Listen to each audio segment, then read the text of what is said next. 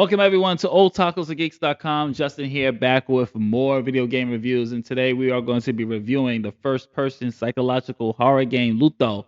And as always, I give you a brief synopsis. I have a lot like CM Punk to get off my chest with this one. So here is the brief synopsis of Luto. Luto is a psychological horror experience where you take on the role of someone, Sam, unable to leave their home. Every attempt to escape will lead you deeper into the unknown where nothing is as it seems and everything will test your senses. Let me just get a little bit of the story out the way because as the synopsis says, you play as Sam, and Sam is a grieving man who finds himself unable to leave his home. That's the premise, that's the setup. But things aren't what you as it seems in this house. Scenarios happen, but we get a little bit as the game progresses, we get a little bit more of a backstory, especially of Sam's childhood, Sam's dreams and ambitions, and where Sam is psychologically. The problem with the way the story is structured, and some horror games do this, and it pays off for those games very well. But this one, and I'm gonna say this without spoiling it. It gets very convoluted the more you dive into it, and I'm not sure whether that was a narrative choice in here, where certain things or certain pieces of Sam's characterization or Sam's story just comes off left field, and you're just going, "Wait, why? How is this relevant?" And then the ending, it tries to pay it off, and it does make a little bit sense, but that journey in the way the narrative is told through just exploration, which is fine.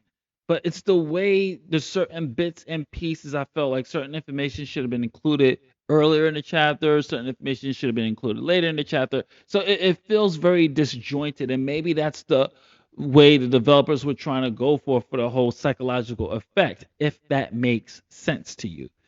Now, let's talk gameplay and graphics. I will touch briefly on because the graphics are fine. I want to talk gameplay. So Luto revolves around environmental puzzles. Like if you played the demo, then you know what you're getting into. Exploration and unraveling Sam's fragmented past. The puzzles are cool, but it's one of those things where it's wearing the influences and like I keep saying this. PT, as great as that demo was, is a gift and a curse. And Kojima, love ya, but damn man, I wish you finished. I wish you did Silent Hills because you opened the Pandora's box for this type of horror. And I love this type of horror, don't get me wrong, but it's getting to the point where it's oversaturated, it's overused, and it's at the point now where this particular horror does not feel special anymore because we have so much carbon copy, so much people who've been inspired by it and they want to do their own take. With Luto, it does that same style of PT where you have to look around and search, just search endlessly, and hopefully what you zoomed into is the one thing that is the key to getting to the next segment or the next sequence of the game. And for some people, they like those type of brain teasers, but for me, as a horror fan and playing as much games as this as we have, it's to the point now where the whole time loop is becoming such a cliche in first person psychological horror where the room changes after you click an item or you zoom into an item or you solve a puzzle and then it loops to something else. It's in a way now where it's getting to the point where it's repetitive. It's not even scary anymore because yes, Luto does do a good job with sound design, minus the narrator. I'll get to that when we get to the sound, and it does do good with the scares, very spare scares. But when the ghost creatures do come out, they are unsettling. I give the game that, but the game is only 4 to 5 hours long. And it's longer if you're spending, I would say, 45 minutes because there's no real instructions on what to do. It just throws you in there. But if you're spending 45 minutes on just one puzzle segment, you're gonna get to the point where the loop keeps happening, loops keeps happening, where you're just gonna be like, all right, I'm tired of this. I'm gonna turn it off.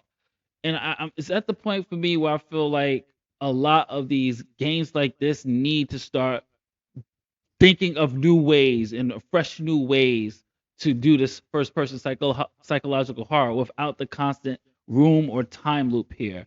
It has this I will have to say this also, this is a slow burn. So if you are looking for something more fast-paced horror, this is not the game for you. This is a complete slow burn. It takes its time. It's methodical with its pace.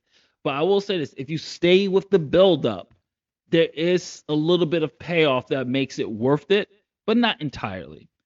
I will have to say that one of the things that, and in fact, I'll save that. Let's go into the graphics real quick. So the graphics is good. I love the photorealistic lighting, the shadows, the environments are detailed. I love the use of lighting in this. There are very few scenes in here with the lighting, especially when it's using like bright colors like a blue or a red that reminds me of the Italian horror films from Argento, like such as Suspiria. There's like some really good shots in here that I was like, okay, this looks gorgeous. This looks good. It runs very smoothly on my PC. Console players, you're locked in at 30 FPS, but the performance is stable and consistent. So just keep that in mind. Now, this is where I have my biggest gripe. And if you play the demo and you buy this game, you're going to go, what the fuck?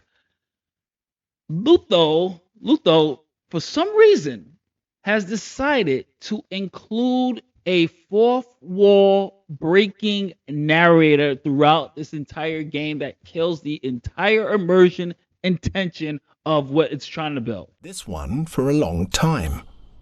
He doesn't know what it means, but whatever it is, it's happening again.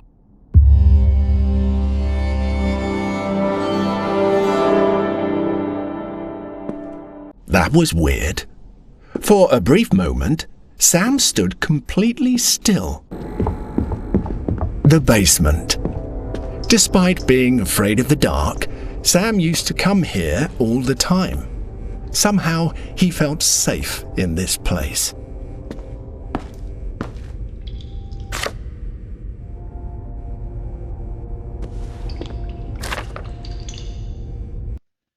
I do not know why. One, I'm not sure. I gotta redouble check to make sure that it's not using a certain technology we all know for the voice acting.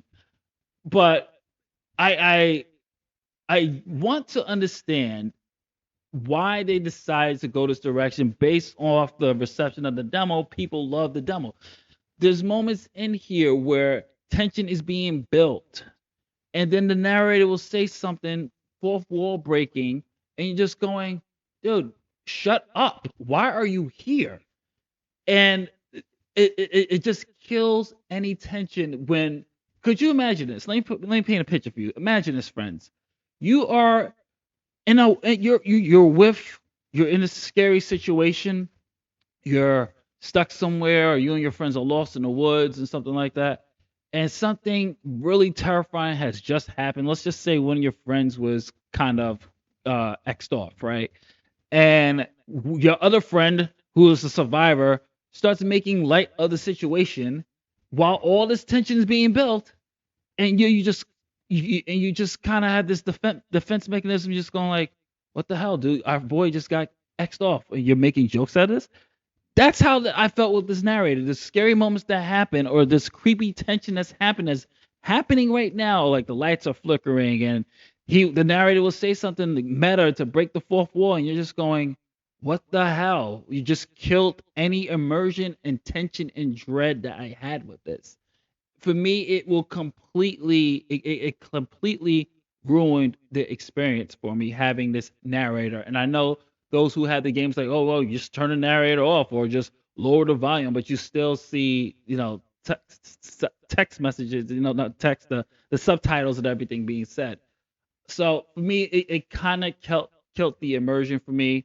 with that, and it just it wasn't needed because they did so good with the sound here, and I wanted to praise the sound because just hearing things, especially playing this with headphones, just hearing things as I'm walking, hearing the ghost shuffle things in the background, shuffling, and it felt so immersive because you're walking towards a room and you can hear like the ghost is shuffling things around for your next visit and things like that.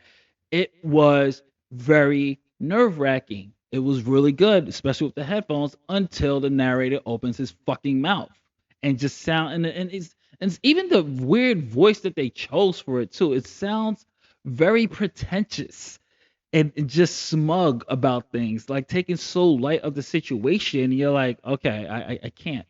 So overall, Luto, I wanna give my final rating here. And if this is your first time watching our video game reviews, we do buy it, wait for sale, or skip it entirely.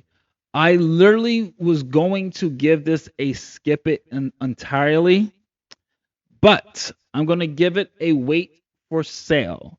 The game is at this point, at the time of this review, the game is only 19.99. It's a $20 game.